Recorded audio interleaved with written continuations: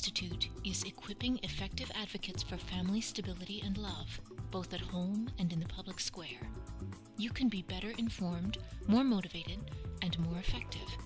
Subscribe to our fact-filled newsletter, participate in our book clubs, attend a workshop, and of course, you're tuned into our podcasts. Dr. J is Steve Koob's guest on his radio show from Radio Maria, Quest for a Culture of Life in America. They're discussing the Ruth Institute's work exposing the myths and untruths of the sexual revolution, as well as this weekend's Healing Family Breakdown workshop to be held at St. Thomas the Apostle Catholic Church in Ann Arbor, Michigan, this Saturday, May 19th. Hello, Radio Maria listeners. Welcome back to the Quest for a Culture of Life in America. Our guest today is Dr. Jennifer Robach Morse. She has the ambitious mission of reversing the sexual revolution. She wants to start a counter-revolution, I would say. That would be, I guess, so we'd call it another sexual revolution, the opposite of what we've been experiencing. So we have dueling sexual revolutions going on here. So, Jennifer, are you there? I sure am, Steve. How are you doing? I'm doing good. Thank you. Thank you for being with us today. You're a very busy lady, and I appreciate your taking time out to be with us. So before we get started with our program today, our mission, our topic, which is the Ruth Institute, and Dr. Robach Morse, she started the Ruth Institute. I'm interested in learning more about the Ruth Institute. I'm interested in learning more about the sexual revolution that we're experiencing and what the Ruth Institute is doing to counter it. And we want to talk also about the Healing Family Breakdown Workshop in Ann Arbor, Michigan, this coming Saturday, or is it Monday? I don't know. Coming up. Saturday. Maybe Saturday. Coming up Saturday. Saturday. Whereas some of our listeners may be close enough to be able to participate in that. That would be wonderful. So, Dr. Jennifer, would you mind taking a few minutes to tell us about your life, your autobiography in a few minutes? The story of my life in just a few minutes. Well, short version, Steve, is I came of age when feminism was the thing, and my version of feminism was I was going to have it all. I was going to get my doctorate in economics, get tenure at a major university, and after I got tenure, then I was going to have a baby, and I was going to have a baby at the end of the academic year, and take care of the baby during the summer, and then in September, put the baby in daycare and go right back to work. That was my plan. See how crazy of a plan that is. But, a lot of people still have that sort of plan. How did it plan out? So how did it play out? Well, the way it played out is that the baby didn't arrive during the month that I had set aside for it, Steve. Imagine that. Oh. Yeah. God. So much for family planning. I know. So my husband and I had a 4.5-year infertility crisis, which was during that I came back to the practice of the Catholic faith, which is another whole story, the whole conversion part of it. But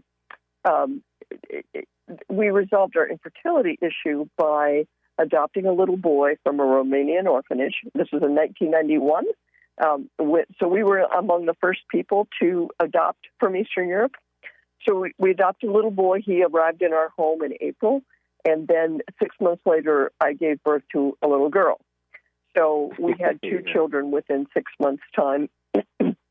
And that experience, they're 3 years apart in chronological age, but that experience showed us, my husband and I, just how much children need their parents, because our little boy had been in an orphanage for 2.5 years, and our little girl, of course, was born the usual way. It's completely obvious that children need their parents, So the things that our daughter did automatically and easily, we had to teach him, and it was hard for him. All kinds of things were hard for him that shouldn't have been hard for him, And so it just became clear to me and to both of us that children need their parents. And as you start to think about that, then you go, whoa, we're doing a lot of things in this culture that undermine the stability of children's relationships with their parents. And so I started writing about that, using my economics training and my social science background and stuff. I started looking into it, and you find out, well, gee, mom and dad married to each other for a lifetime, that is by far the best situation for children.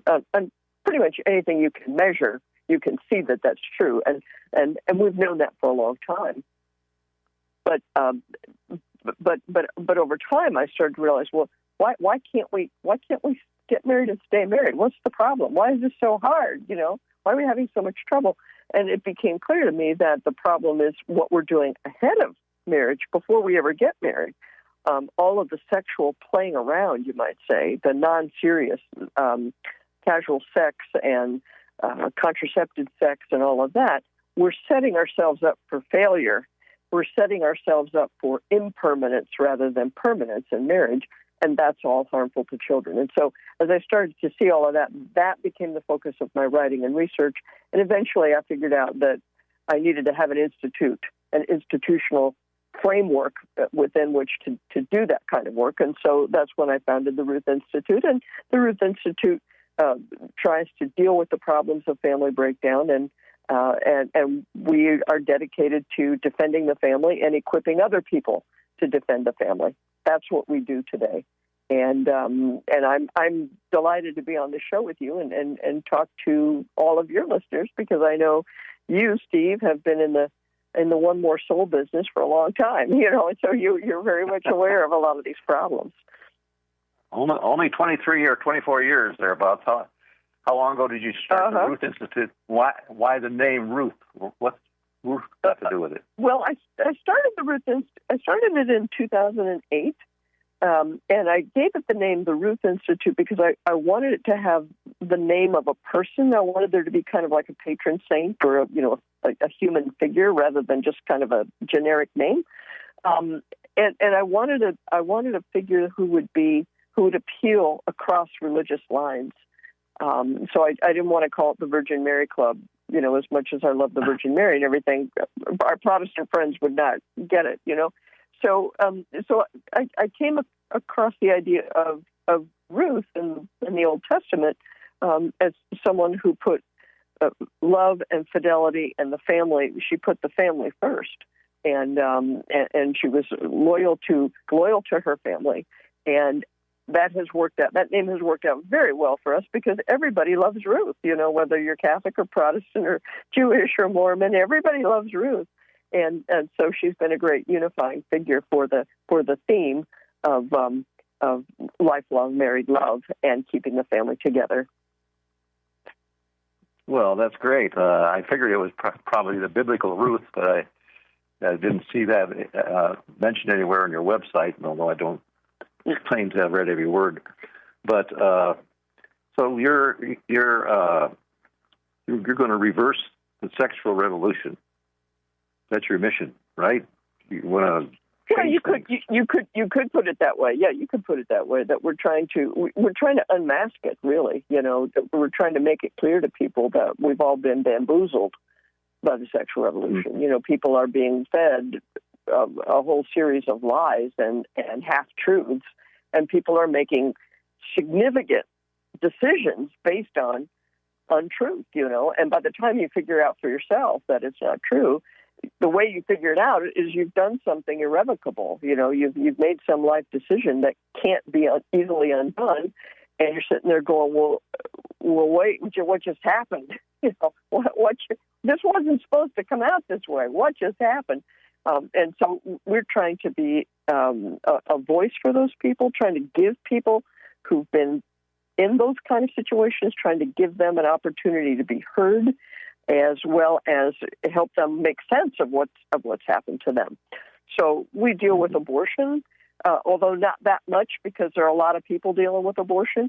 There are very few people, in my experience, who are dealing with marriage as thoroughly as the pro-life movement is dealing with life.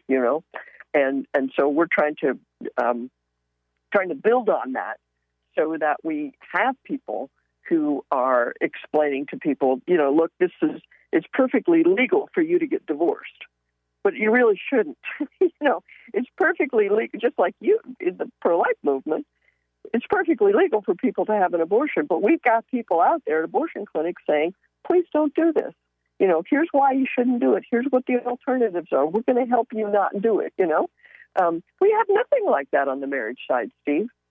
Really, if a couple is going through a hard time, we don't light up the prayer lines and have everybody pray for them and come over and talk to them and help them and say, we're going to walk beside you, we're going to help you, we're going to help you get through this rough spot in your marriage. No, if people have a hard time in their marriage, we just shrug and say, gee, that's too bad. That's it. That's not good. I'll pray for you. I'll pray for you, right? Yeah. Well, if you're lucky, people will say, I'll pray for you. Half the time people are like, well, it's probably for the best anyway. Or it's like, stop it. Right. Stop it. Well, it's interesting that you bring up the analogy with the abortion movement, because obviously there's multiple organizations and approaches, fronts that the pro-life movement has developed over the past 45 years since the legalization of abortion. Certainly pregnancy support centers, but you're right. I don't know of any there's marriage support centers in a way. The Catholic Church has Retrovale, I don't know if I'm pronouncing it right, and I'm sure there are other, there are kind of some efforts out there, but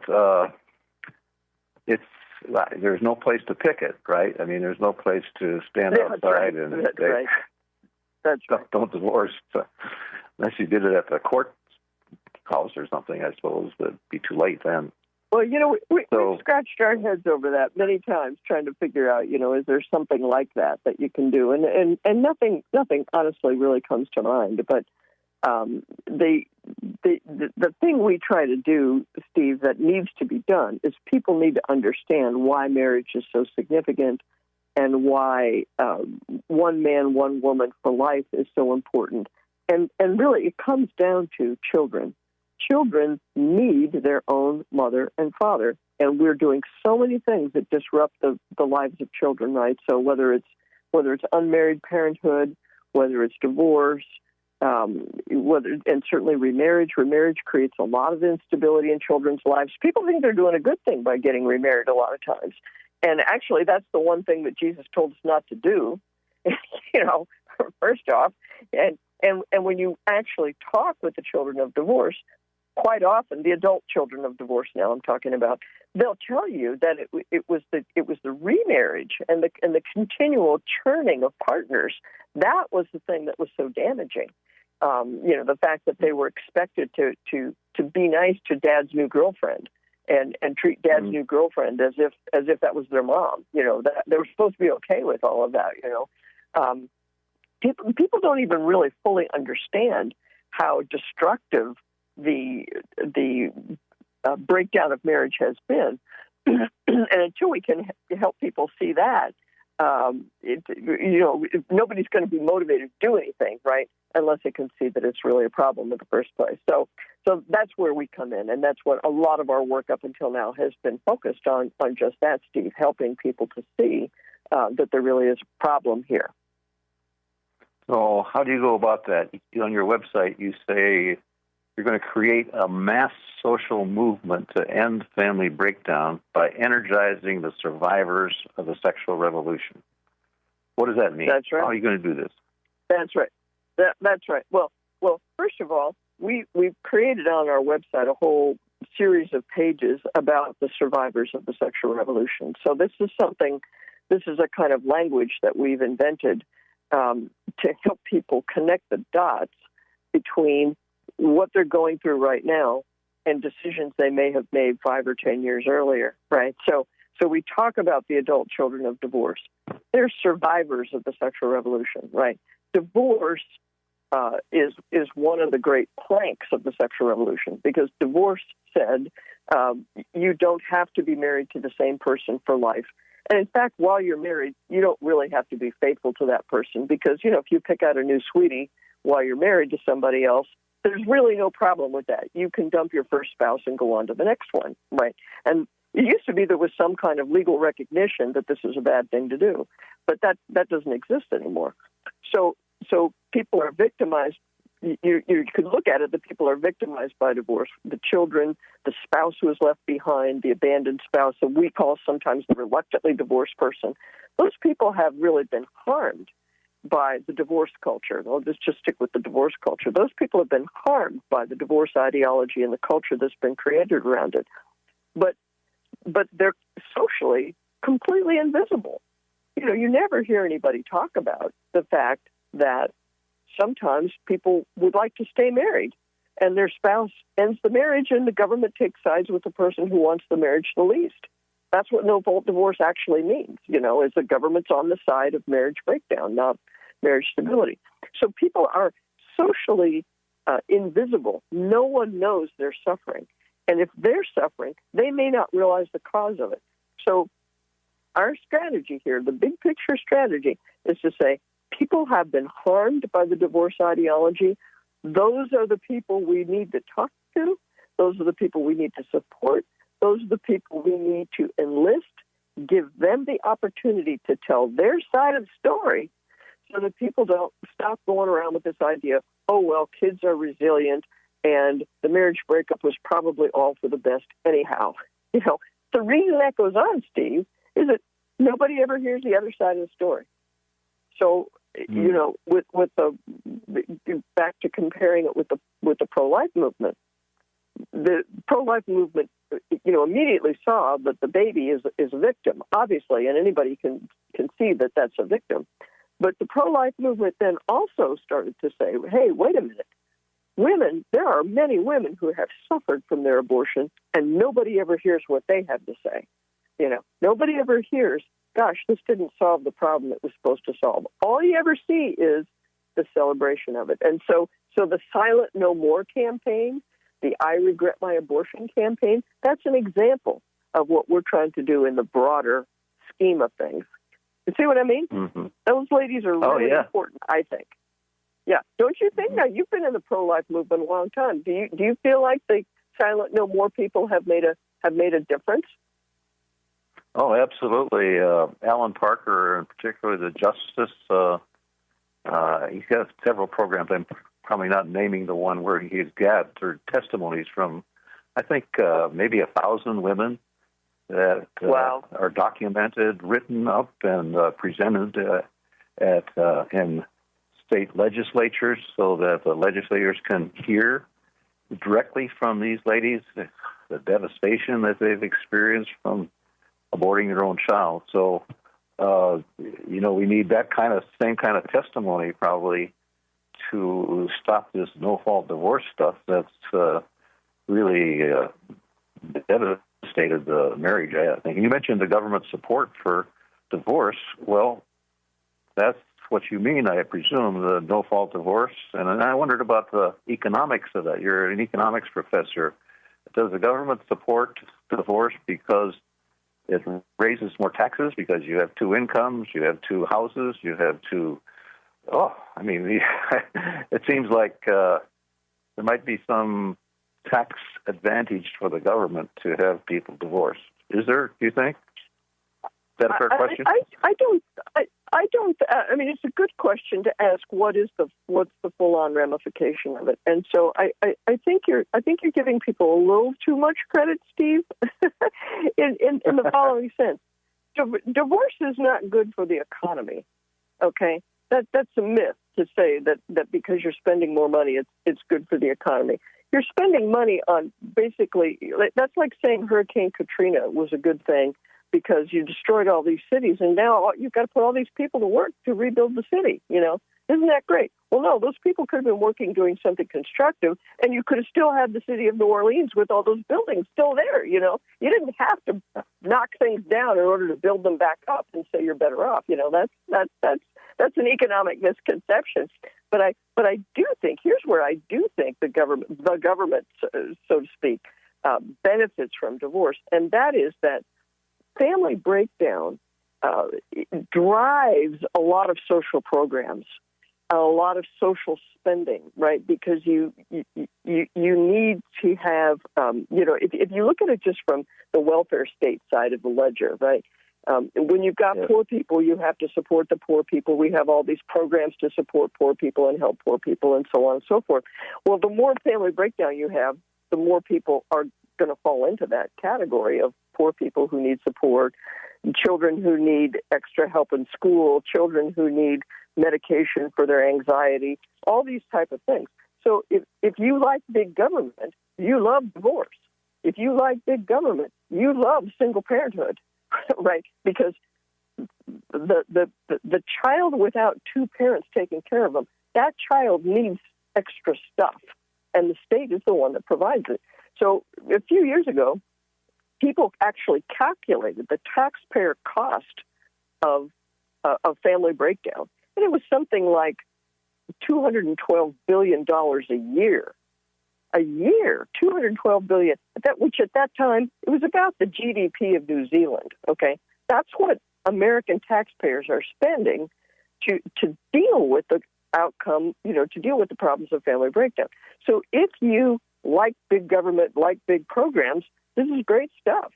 And so now there's like a whole industry that has built around dealing with the problems of family breakdown. So if you look at it just from the perspective of those people who are in that industry, they feel like they're doing something good because they're solving a social problem.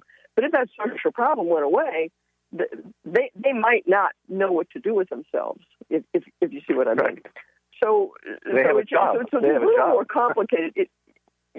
They'd be out of a job. They might think of it that way, but truthfully, they'd have a better job doing something better. You know what I mean? I mean, it's like saying divorce lawyers love divorce because they make money off of it. That's true. And there are really creepy, corrupt divorce lawyers who really will go into court and stir up trouble between the spouses so that they can bill more hours and make more money. There are people like that.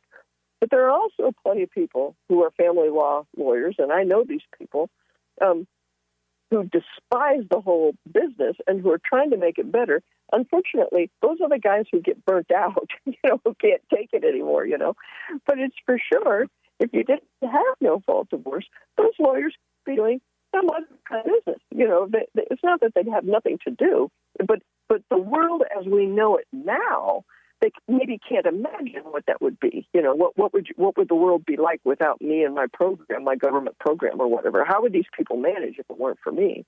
But if people got married and stayed married in the first place, they'd be better off. You'd be better off. You'd have some other way to use your skills or your lawyering skills or whatever it is, and it actually would be a good thing overall if you didn't have family breakdown. Just like you don't really want hurricanes to come through your city so that people can rebuild the city. It doesn't actually make sense. But that's the world we're living in, Steve. That's the way it is now. Well, I was just thinking of the analogy with abortion again. That I know some lawyers will not take divorce cases, just like lots of doctors. Most doctors would not do abortions. Because it is so, it's tough, it's difficult. You have to take sides, I suppose. So I don't know how good an analogy it is, but it's somewhat similar. So, the thing is, your most compassionate people don't want to be involved in it. You know what I mean? I mean, people want to shield themselves from it, and that's why I know a number of former family lawyers, right? People who did it for a while and who couldn't take it anymore, and the guys who are really aggressive, kind of mad dog, let's make as much money as possible. Those guys don't burn out; they're thriving on it. So there's kind of an imbalance in the thing that maybe does have an analog with the abortion situation as well. The doctors who like it, the doctors who are willing to do abortions, are a different kind of doctor than the doctor who doesn't want to have anything to do with it. And so what you're left with is Kermit Gosnell. Yeah, that's the kind of guy who's willing to do abortions. Well, I don't know what the answer is to divorce. I mean, obviously, contraception is a big cause, in my opinion, of divorce. We have a pamphlet that claims to show the connection between contraception and divorce. And we've got a chart that starts out 1800 with the average American woman birthing 7 children. Divorce rate is 0. And then in 1839, Charles Goodyear invented the vulcanization of rubber and applied it to making rubbers, condoms. And in the next 100 years, the total fertility rate dropped from 7 to 2 in 100 years. And the divorce rate was climbing all through that 100 years. And then we're probably all more familiar with the effect of the birth control pill. The divorce rate skyrocketed, went up 2.5 times. And of course, everybody was, not everybody, but lots of people, 10 million women immediately went on the pill. Priests told some women that it was okay. It was a big controversy that led to Humanae Vitae. We're celebrating the 50-year anniversary of today, this year. And the birth rate is still now below 2, has been for a long time. So it's you can't deny the connection, I don't think, between contraception and divorce. You're stifling the very act that is part of marriage. You're changing it. You're screwing it up. Are you still there? Yes, I sure am. I'm listening. Oh, you're not supposed to listen. You're supposed to talk. Well, it's your turn, Steve.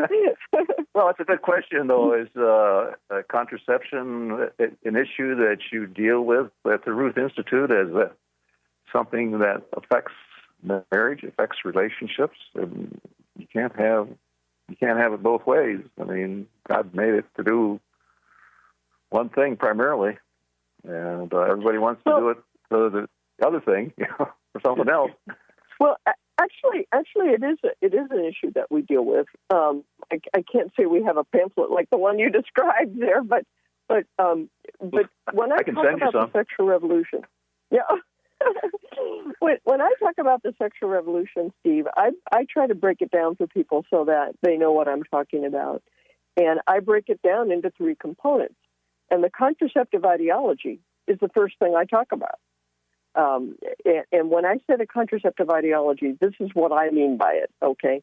What I mean is that it's the idea that a good and decent society should do everything it possibly can to separate sex from babies, okay?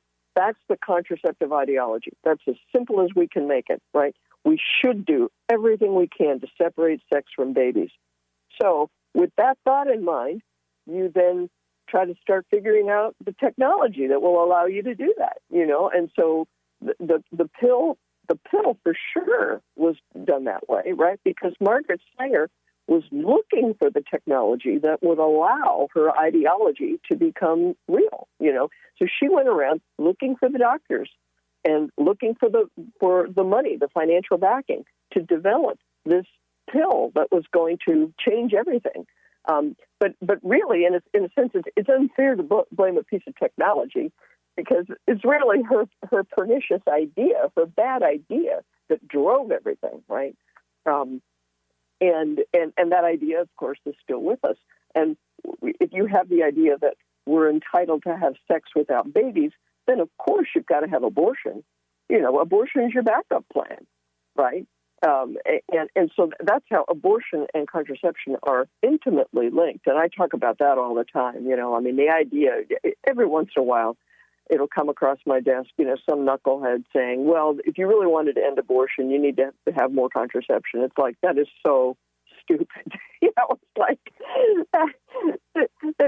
that it's simply not true, but they persist in this fantasy that contraception works perfectly every time, the only reason anybody ever has an abortion is because they didn't use contraception. Well, actually, if you look at and I'm sure you know these numbers, every time they look, it's basically usually between 40 and 50% of women who present themselves for an abortion. If you ask, 40 to 50% of them were using contraception the month that they got pregnant.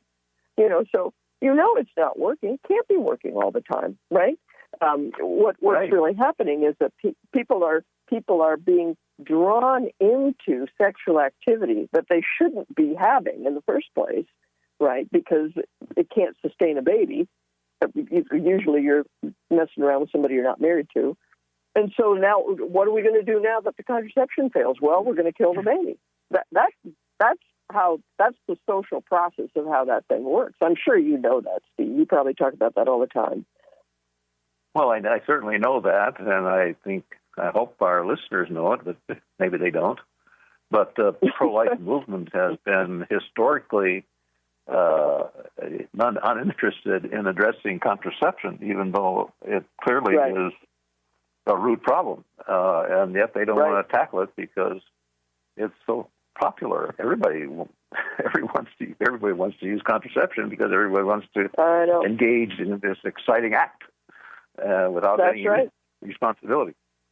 So it's a problem we have to address with the pro-life movement, I believe. So I'm working on it.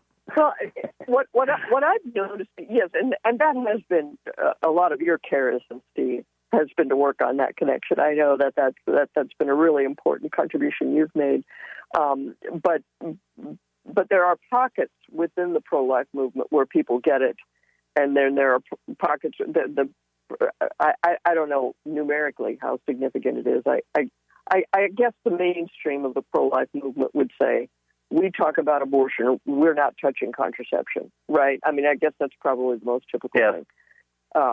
And you're right, it's a problem. It's a problem. In Catholic circles and non-Catholic circles, it's a problem. But you know what I've noticed, Steve? Because I talk to people of all religious backgrounds. If somebody will listen, I'll talk. and I have noticed that. I have noticed that there is growing interest among evangelicals in the question of contraception, and in other words, if I bring this topic up in front of a mixed audience or an evangelical audience, they will listen respectfully. They do not go, "Oh, that's a Catholic thing. Shut up and go away." They want to hear about it. So I think enough experience has taken place here. Enough people have seen enough that they're starting to put two and two together, and go, well, maybe the Catholics were right all along. And I try to tell them, look, you guys, until 1930, this was everybody's belief. This was everybody's teaching. This is part of your heritage also. That's what I try to tell them. This is part of your heritage as well. And so it's not just a Catholic thing. This is the undivided position of all the Christian churches up until 1930. And you know what happened in 1930? The Lambeth Convention of the Church of England said, "Oh, well, maybe for serious reasons, a married couple could use contraception. Sometimes, maybe." And they thought that was going to stick. That was so silly in retrospect. But anyway, no, I have noticed among evangelicals, there is an interest in it. Let's put it that way. Yes, absolutely. And I think the evangelicals are probably a close second to the Catholics, those Catholics that agree with the Church's teaching, which is not a very high percentage. But, so they're either on our side or they're joining our side in that endeavor to point out the harms of contraception, blessings of children, such an obvious thing. Have a child and you appreciate how much a blessing they are. You state, you said, I think on air already, every child has a right to a relationship with their natural mother and father, except for an unavoidable tragedy. Some you've adopted a child that whose parents were probably maybe not even known.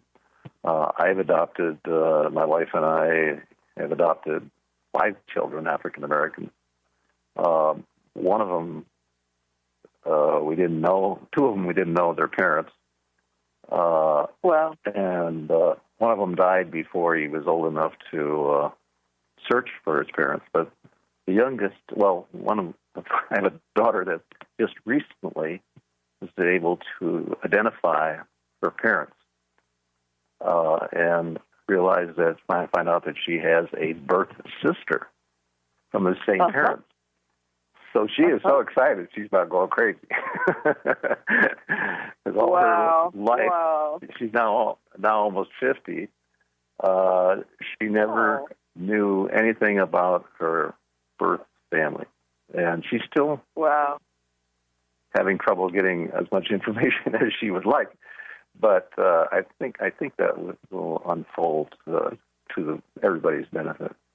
But it is so important. I mean, it's hard to imagine having grown up in a family where my parents stayed together. I'm the oldest of 6 children, and that was normal. And so to understand somebody that didn't have that kind of normal experience is difficult. And it's hard to appreciate what that means, what that difficulty is. Right. So, but with you, have you experienced the DNA,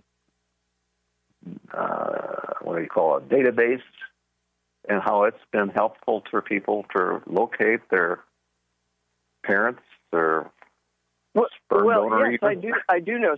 I do know something about that. I mean, I haven't personally dealt with it very much, but one of the issues we deal with at the Ruth Institute that is the whole issue of what we call third-party reproduction. And I got interested in this when I was involved in the debates over whether we should redefine marriage to establish what is called gay marriage. I don't use the term gay marriage because there's no such thing as a same-sex marriage. That's something, what they're doing is not a marriage. But I was deeply involved in the debates, particularly in California. When I founded the Ruth Institute in 2008, that's when Proposition 8 was coming to the fore, being debated and voted on and so on. And I was actually campaign spokeswoman for Proposition 8. And one of the things that forced me to think through is, if 2 men want to get married, we kept being told, well, they can be good parents, they are good parents, and so on. 2 women can be good parents. I started thinking to myself, well, wait, there's something here besides whether they read bedtime stories and have good disciplining skills. There's something more going on here besides parenting activity. There's the whole identity of the child. And if you use somebody else's egg or somebody else's sperm to create your child, what becomes of the child's relationship to that other part of their body? Well, what the gay lobby and the sexual revolutionaries want to do is to say that doesn't matter. They want to say that the biological connection is completely unimportant and that the state has the right to separate children from their parents for no reason except that the adults want to do that, and so the experience that your daughter had with, discovering her relatives and so on, that experience, that her what do we want to call it? Her loss of identity and then her rediscovery of that identity, it's 10 times more complicated for these young people whose parents who were conceived through a sperm bank or egg donation or something like that, because the barriers are up there to make sure that their child that they never connect with their parent again. And so for your daughter, most likely something tragic happened so that her parents couldn't take care of her. But in the case of the child conceived through third-party reproduction, nothing tragic happened. It was a business deal. This is what the adults wanted to do. Their father went and masturbated into a jar and sold his sperm for, $100 or whatever the going price is. And their mom sat down and looked through a catalog and picked out somebody. and that's where you came from. It's not a tragedy. It's not extreme poverty. It's not somebody died. It's not somebody got mentally ill and was incapacitated and couldn't be a parent. It was none of that. It was just, oh, this is what we want to do. Nope, I don't want to have a relationship with your other parent. Nope, don't care about it. No, as a matter of fact, I want the government to keep your other parent as far away from me as possible. That's not fair. That's not fair to do that to a child. And yet the whole idea of same-sex parenting and third-party reproduction, it's all based on that. So, you want to talk about something else that the pro-life movement won't touch. They don't want to deal with the fact that the whole IVF industry does a lot of death dealing. There's a lot of death dealing that goes on in those infertility clinics. And the pro-life movement, I think, needs to pay attention to that. So that's another thing where the Ruth Institute, we stick our necks out there and basically say it should just be completely shut down. I don't care if the person's gay or straight who's using the services. Those are not. This is immoral. It's wrong, and it shouldn't be done at all by anybody. Yep, we're kind of stuck our necks out on that one too. And I'm so glad that you brought up adoption, because a lot of times when we say this, children deserve a relationship with their own parents, people will say, well, you're forgetting about adoption. And I'm like, well, no, how could I forget about adoption? I am an adoptive mother, But in our case, what you did, what you and your wife did, what my husband and I did, we were the backup plan for those kids. We didn't set out to create a child that would have no mother or a child that would have no father. We didn't set out to do that. We were the backup plan for a situation where something unavoidable happened. And that's completely different from an ethical point of view from the whole third-party reproduction industry as we know it today. Mm-hmm. And we didn't kill a bunch of children to get one using IVF. No, that's right. No, that's right. And so that's another issue that the pro-life movement has not addressed, in my knowledge. The murder, basically, of all these fertilized eggs, these embryos that are sitting in refrigerators someplace, waiting to die, and we don't treat it as a significant problem. I mean, we should be picketing IVF clinics. We should be challenging them in courts. They're killing people, killing innocent people. That's exactly right. Anyway, you're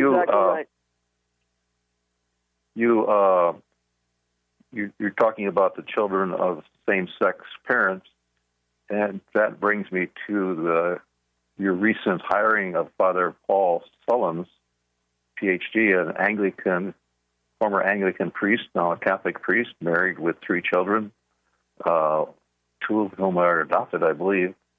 And that's right. You brought him on to the Ruth Institute for what purpose? Well, first of all, he has 3 children, but I just want to tell you, one of his children is named Ruthie. His daughter's name is Ruth. Okay, we didn't plan that, but I just think that's somehow providential. So the reason we brought him on is that he has done some of the best work on looking at the psychological and health consequences of being raised by a same-sex couple. You may remember that there was a lot of controversy over that question before the Supreme Court decision. People were saying quite aggressively and loudly, there's no difference between the children of same-sex couples and the children of opposite-sex couples. There's no risk to it. There's no problems to it. And the children are fine. And they had studies that claimed to show that. Well, there were a few people who produced studies saying, wait a minute, maybe not so fast, and those people were basically crucified every time they'd say that. And so Sullins kind of came into the picture relatively late in that process, but he's dedicated to that work. And see, now there's better data, Steve.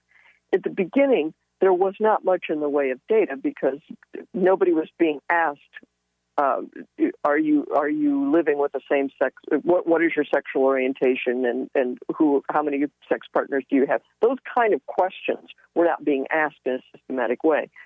So therefore, we didn't really know, and the data that we had that these so-called studies were based on, usually it was somebody going and recruiting a sample of people from a gay coffee house or a gay bookstore or something like that and saying, wouldn't you like to be in our study? So it was not random, it was not systematic, it was not representative. And so as time has gone on and homosexuality has become more normalized, people are asking more questions about it, more people are doing stuff with it. And so it's possible to know. It's possible to find out more. And so Dr. Sullins came into the picture, kind of towards as the gay marriage debate was coming to its peak, coming to its crescendo. But the difference is he's still doing it. He's still working on it. And this is what I liked about him when I'm talking to him about it. He said, Father Sullins, aren't we done with this topic? And he says, we're just starting. We're just barely scratching the surface because now we have information. We can actually study it in a systematic way. And so the more I talked to him about it, the more I realized, wow, he's right, and it's more important than ever because it's perfectly legal for a same-sex couple to have children together, and to get sperm from a sperm bank or eggs from an egg donation, and so on and so forth. This is all perfectly legal. A lot of people are going to think, gee, this is a great idea, I'm going to do it. These people are entitled to accurate information about what awaits them if they do it, And so having the systematic evidence, having a good, solid, competent sociologist to analyze it and to look at it systematically, that's really important. And I think it's going to continue to be important. So I'm very excited that we have him. He has so far looked at things like ADHD, depression, anxiety, problem behaviors, those types of things we can now study and say, is it true that there's no difference between children who have same-sex couple as their parents versus children who have a married mother and father as their parents? Is it true? Does it make any difference? Well, you can ask that question, and what you find out is it actually does make a difference, and the children of same-sex couples are not doing as well as the children of a mother and a father married to each other, and so that's why we brought him on. And I think I'm very proud of him and very proud of this hire. Now, he just recently retired as a professor of sociology at the Catholic University of America. So I assume he lives in Washington, D.C. Is he going to move to Louisiana and be part of the Ruth Institute geographically? Or is he going to stay in Washington? No, he's going to stay in Washington. He doesn't need to relocate to be part of the Ruth Institute. Actually, like a lot of things these days, a lot of people work remotely. Sure. It's just pretty easy to do that. So he will be coming down to Louisiana later in June. We're going to be having the first annual awards dinner. On June 15th, our speaker will be Dan Matson, the author of a book called Why I Don't Call Myself Gay. So that'll be happening in Lake Charles on June 15th, and you can see all about that on our website. At that time, Dr. Sullins will be coming down for that event, and because we want to introduce him to everybody and so on. And so that's going to be a really fun event, and one of the few things we do that's particular to Lake Charles. Most of the time I'm out and about traveling or doing things like this on the radio or on the internet, where you can pretty much be anywhere and your message can get out. But this dinner is going to be something that is physically in Lake Charles, so we're very excited about that, and Dr. Sullins will be part of that. Now, tell us about your Healing Family Breakdown Workshop in Ann Arbor coming up this Saturday. Yes, Ann Arbor that's right. is close to Ohio. Some of our listeners could be interested. Some of our listeners may be able to attend that. Yes, I don't know. yes. Do you have stations in Michigan and Southern Michigan? Well, we have, there's Radio Maria has very few physical stations. I think only about a dozen. As it turns out, there's three of them within earshot of Dayton, Ohio. It's very unusual. Uh-huh. But people listen online. They can listen on their phone. They can call a phone number at Radio Maria and listen on their phone that way, or they can get a Radio Maria app. Right. So I don't know how many people are listening this morning or afternoon, but hopefully a lot, and hopefully some of them will be able to attend your seminar. So tell us about it, please. The Healing Family Breakdown Workshop is something that we developed to help the survivors of the sexual revolution. Because what the sexual revolution has done has been to just break down the family, and between divorce, unmarried parenthood, reluctantly divorced people, adult children of divorce, there are a lot of people who are dealing with the breakdown of their family in one way or the other. So we developed the Healing Family Breakdown Workshop to help those people, to help people see the connection between what happened in their family and what's being promoted out in the wider culture. We developed this workshop to help people heal and to help people know what to do to help the people around them.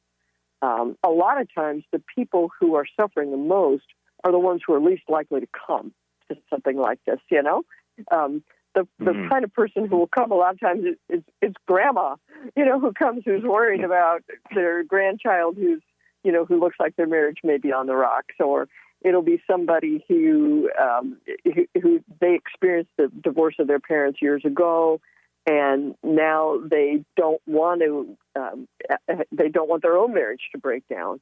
All kinds of people will show up, including a lot of people from helping professions. Steve, it's free for clergy. We never charge the clergy to come to that. But therapists come. We've had a number of therapists come through the program, teachers, physicians, anybody who's dealing with health, wellness, psychological wholeness, anybody who's dealing with those kinds of professions knows already, they know that family breakdown is hard for people. Right. I mean, teachers, first grade teachers, they'll tell you in the first week they can pick out which kids have their mom and dad at home with them and which ones don't. It's transparent, So there are a lot of people in the helping professions who come to Healing Family Breakdown so that they can have better insight as to how to help the people that they're dealing with on a daily basis. Yes, Ann Arbor, Michigan, St. Thomas the Apostle Church. You can find out about it on the Ruth Institute website, ruthinstitute.org. You can go there and register for the program. And it's a half day.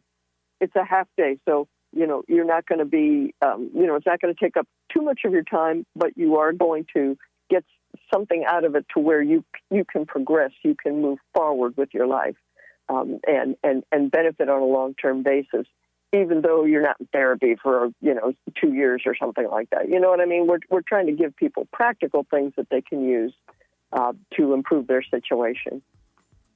Dr. Jennifer Roebuck Morse, thank you so much for being with us. Our time has expired. Thanks, Steve. You've just been listening to Dr. J speaking with Steve Koob about the work of the Ruth Institute with survivors of the sexual revolution and our upcoming Healing Family Breakdown Workshop on Radio Maria's Quest for a Culture of Life in America.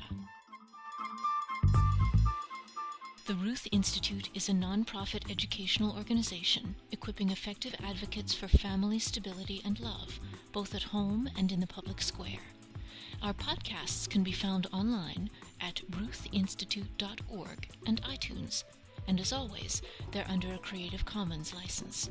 If you've enjoyed them, please share them with friends. Like us on Facebook, check out the site, and subscribe to our weekly newsletter to stay informed.